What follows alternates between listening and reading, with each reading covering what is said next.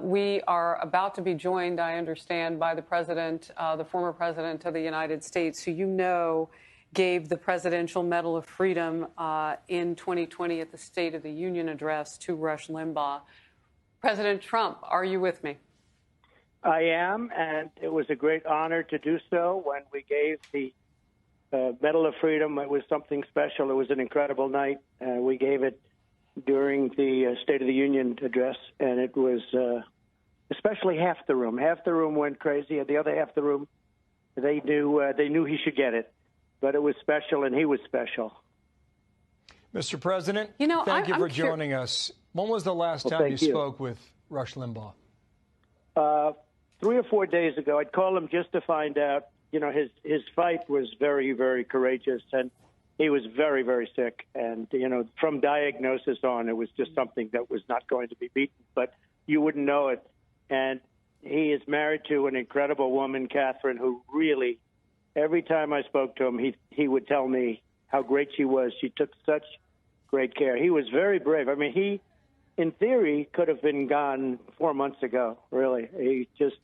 He was fighting till the very end. He was a fighter. While and just a great gentleman. While you were in the White House, how did you view how he either carried on your message or chose to agree or disagree with the policies you had as Commander-in-Chief? Well, first of all, you know, you just had Sean on, Sean Hannity, who's incredible. And Sean would say there is nobody like Rush. Sean was the first to say that I used to say, well, what do you think someday? And he'd say he's irreplaceable. Rush is irreplaceable, unique. He had an audience that was massive. And, you know, he could do something, Bill, and he would get up in the show and would just talk. He wouldn't take phone calls where, you know, people would call in every 2 minutes, and that's sort of easy to do. He would just talk for 2 hours and 3 hours, just talk. And that's not an easy thing to do. And I once asked him, I said, do you study for the show? And he said, actually, I study very hard, which a little bit, Harris said, a little bit surprised me. But he was a fantastic man, a fantastic talent. And people, whether they loved him or not, they respected him. They really did.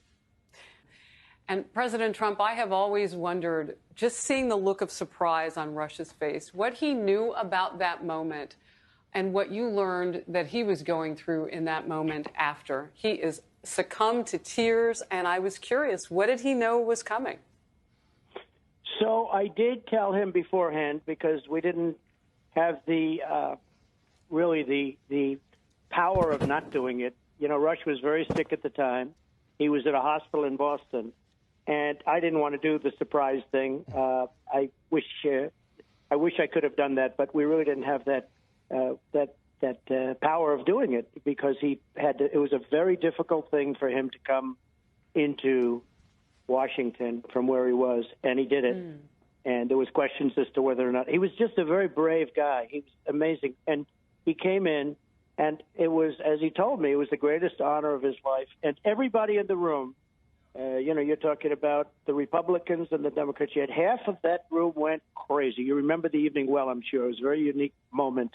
Yes. In our country's history, in a sense, because of who Rush is. But half went just absolutely crazy. The other half sat totally dead silent, but 100% of that room respected Rush. It was a unique guy, and he was he became a friend of mine. You know, I didn't know Rush at all.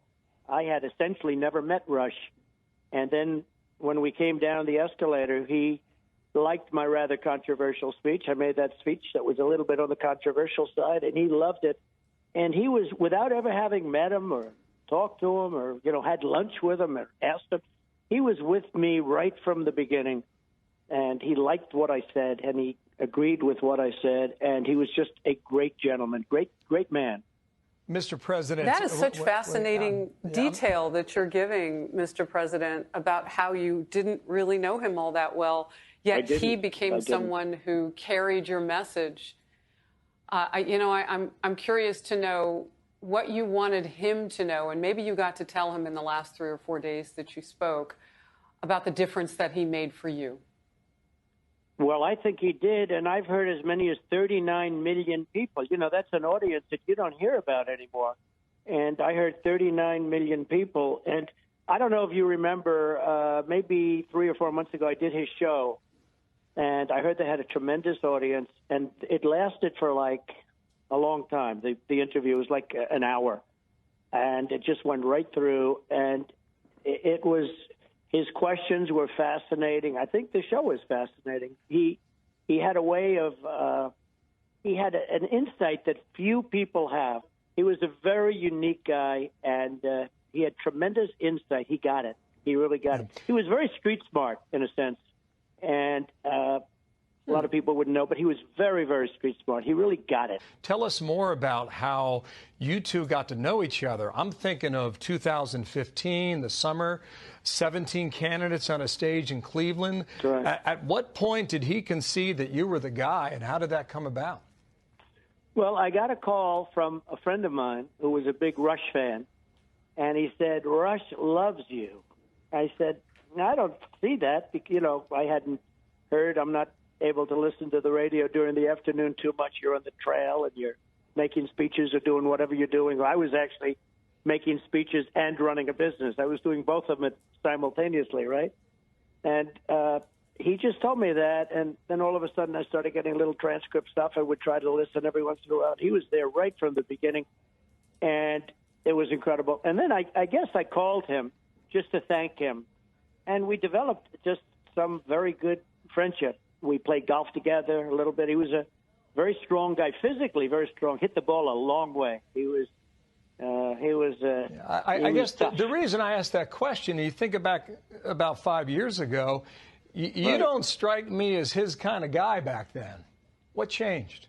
Well, I don't know. You know, you never know about people. I like some people that nobody would think I like, and I dislike some people that everybody would say, oh, that's a natural. We all know about that, right? I mean, you never know who you like and who you don't like, or you know, where it all ends up. But right from the beginning, he was so great. And, you know, and I have a very beautiful weakness. I always seem to like people that like me, okay? You know, it's much easier. When they don't like me, I tend not to go for them so much. Yeah. So call that a strength or call that a weakness, but that's the way it is. But Rush was so gracious and so great. So then over a period of time, I got to know him, and he loved this country. He loved the country. He loved his wife and his family, and he loved his fans, his audience, which was, I think, maybe the biggest ever. There's never been anything like it. You know, when Sean says irreplaceable, he really means it too. He's irreplaceable. I'm curious to know if he gave you a note or two, or if he had some advice for you at any point along the way. So he was, again, it was very early because, you know, that famous escalator ride was the very beginning. And he was one of the people that said we were going to win. He thought we were going to win. I don't think it was necessarily the reason he was so, you know, gracious so early. But he thought we were going to win. He just had an incredible instinct for politics, and he had an incredible instinct for life. I mean, he was just, so I just, you know, I walked into a room, and there's a lot of people in the room, and they're all very sad to see people that you wouldn't even think about, like with respect to Rush, but they're very sad to see that Rush passed away. He is a legend.